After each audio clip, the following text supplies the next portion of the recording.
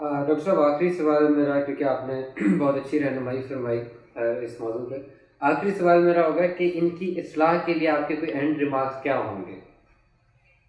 اصلاح کا آغاز گھر سے ہوتا ہے، اور ایک گھر کا آغاز اچھے مرد اور اچھی عورت سے ہوتا ہے، چونکہ اللہ تعالیٰ نے نکاح کی نسبت مرد کی طرف کی کہ مرد چوز کرتا ہے، عورت کو بھی چوز کرنے کا حق ہے۔ تو اصلاح کا آغاز گھر سے، اصلاح کا آغاز فرد سے ہوتا ہے، فرد سے۔ فرد مرد بھی ہے اور عورت بھی ہے۔ عورت چاہے کہ اسے دیندار مرد ملے زندگی گزارنے کے لیے، اس کا بیٹر ہاف جو ہے، ٹھیک ہے۔ اسی طرح مرد چاہے کہ اس کے لیے جو شریک حیات ہے وہ بھی ایسی ہے جو دیندار۔ جب یہ زندگی کے دونوں پہیے درست ہو جائیں گے نا، تو یہ دونوں پہیے کیسے درست ہوں گے؟ پہلے میں اور آپ ٹھیک ہوں گے، پہلے ہماری مائیں بہنیں ٹھیک ہوں گی، وہ ٹھیک ہوتے ہوئے ٹھیک کو تلاش کریں گے۔ مرد نیک بیوی چاہے گا، عورت نیک مرد چاہے گی۔ جب یہ دو جمع ہو گئے، گھر تشکیل پا گیا۔ اب فرد سے اگلا سٹیپ کیا ہو گیا؟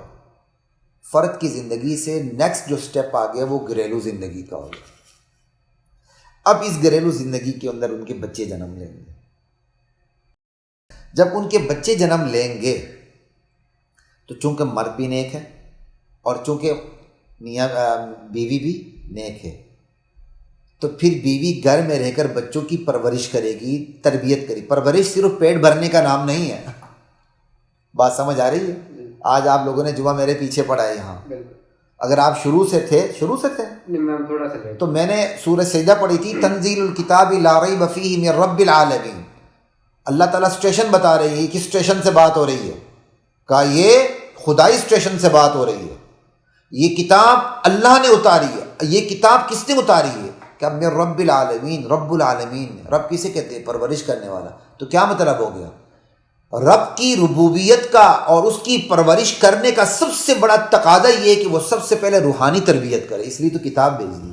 اللہ نے یہ نہیں کہا اس آیت میں اللہ نے کتاب بھیجی، کہا رب نے کتاب بھیجی، یعنی رب کے رب ہونے کا تقاضا یہ ہے کہ وہ کتاب اتارے، ہدایت کا سامان کرے، ٹھیک ہے۔ تو عورت تربیت کرے گی گھر کے اندر رہ کر، اور اس کو فیسلیٹیٹ کرے گا گھر سے باہر جا کر مرد۔ بات سمجھ آ رہی ہے؟ گھر کے باہر کے کام سارے مرد کے، گھر کے اندر کے کام اپنی عفت کو، عزت کو، عصمت کو سنبھال کے رکھنا، اور میاں کی امانت کو سنبھال کے رکھنا، اور اولاد کی حفاظت کر کے ان کی ایک اچھی تربیت کرنا۔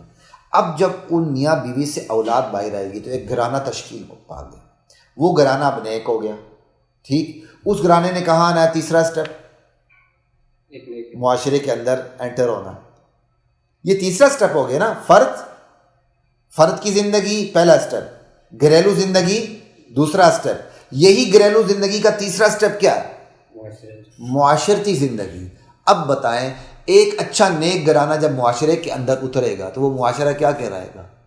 پاک باز معاشرہ، نیک معاشرہ، جہاں بدی کے پنپنے کی گنجائش ہی نہیں ہوگی۔ اور اگر بدی کی کوئی جڑی بوٹی کسی گن سے اپنا سر نکالنے کی کوشش کرے گی تو وہ معاشرے کی اجتماعیت اس گن کو کچل کے رکھ دے گی۔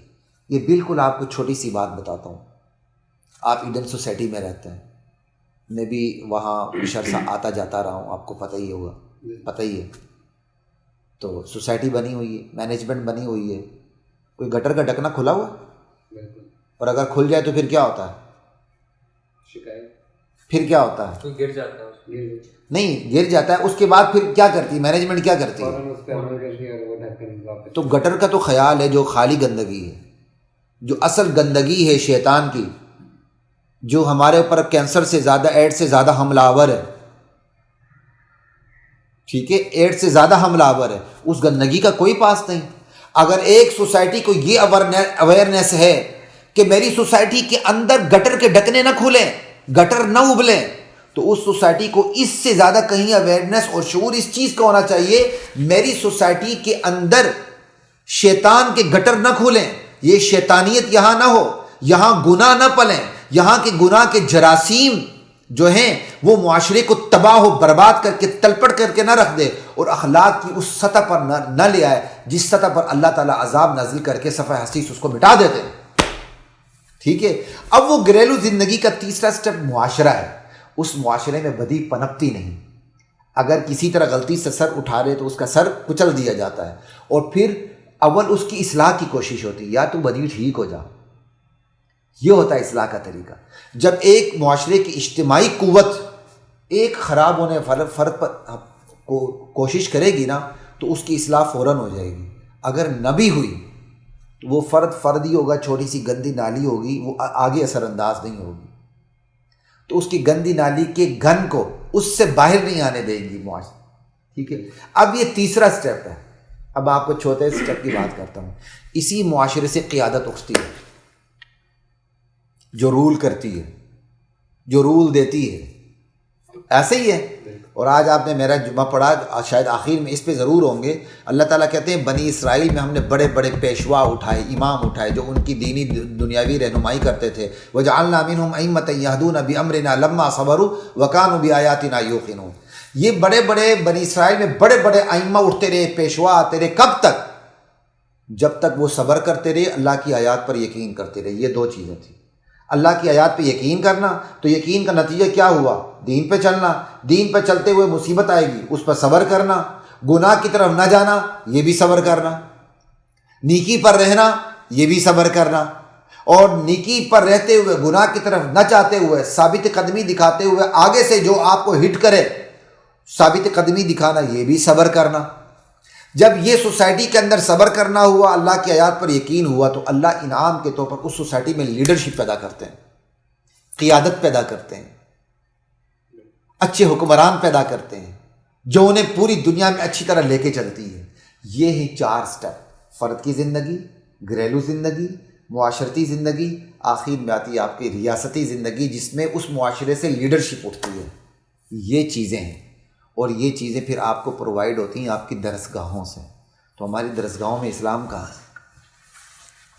ہماری درسگاہوں میں جو کچھ ہے ماشاءاللہ, آپ NCA میں پڑھتے ہیں, آپ کو زیادہ پتہ ہوگا. بہت شکریہ ڈاکٹر صاحب.